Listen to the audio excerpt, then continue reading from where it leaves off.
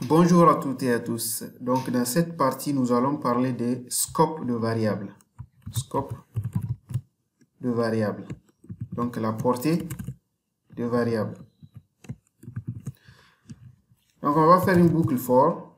Très simple. On va faire var i est égal à 0, virgule, i, on va dire inférieur à 10, ou bien 5 pour simplifier, i plus plus. D'accord? Qu'est-ce qu'on va dire? On va dire console.log, on va dire position,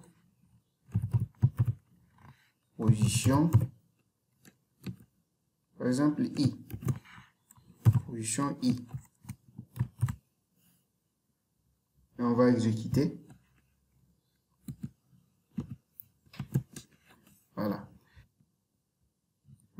Cette variable qu'on vient de créer, i, qui est ici, elle est accessible dans ce bloc.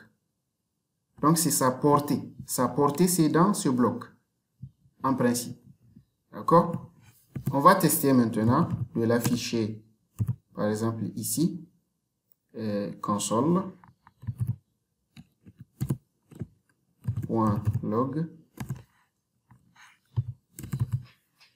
Donc, on va dire ici, position hors limite. Position hors limite. I. N'est-ce pas? Et on va exécuter. Malheureusement, on arrive à accéder à cette variable en dehors du bloc. Donc, je vais diminuer le message pour que ça soit clair. À ce niveau, on va dire juste hors limite.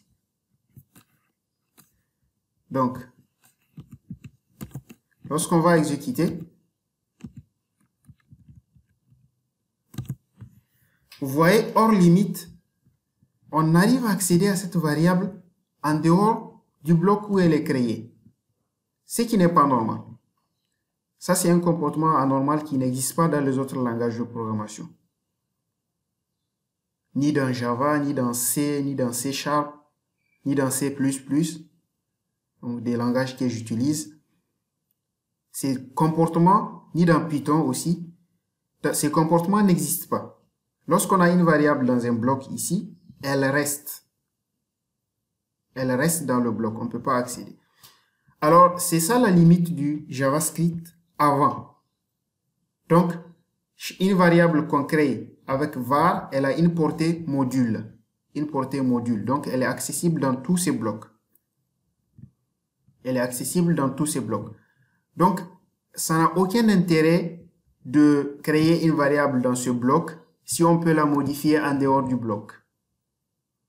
Donc, pour corriger ce problème, d'autres mots-clés ont été introduits dans JavaScript. Il s'agit de let et const. Donc, ces deux mots-clés permettent donc de limiter la portée de la variable et de protéger la modification non autorisée de la variable. Par exemple, ici, on est en train de modifier ça hors portée, en principe, dans le principe du développement. Et puis, on peut aussi définir une variable qu'on veut garder la valeur, la même valeur tout au long de la durée de vie d'un programme.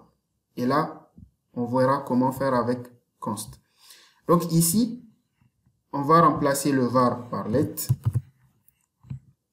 Donc ces deux mots-clés ont été introduits dans un concept qu'on appelle donc ES6.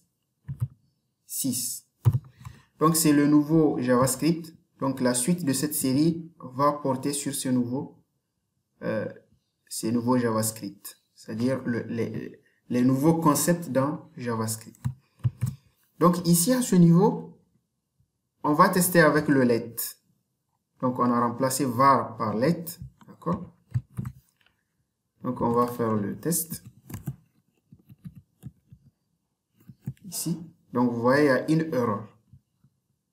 Hein? Il y a une erreur déjà à ce niveau. E is not defined. Donc, ça veut dire que pour ces blocs-là, I n'existe pas. En dehors de ce bloc, I n'existe pas. Il n'y a que ici où elle est définie. Mais en dehors, on essaie d'accéder à une variable qui n'existe pas. Donc, comprenez ceci. Donc, la portée de cette variable doit être dans la boucle for et elle ne doit pas être modifiée dehors. D'où la limite de var.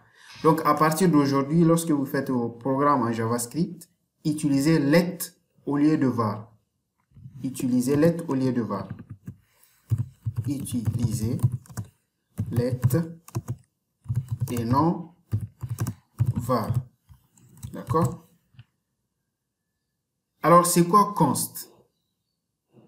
On va faire un petit exemple pour voir la différence entre let et const.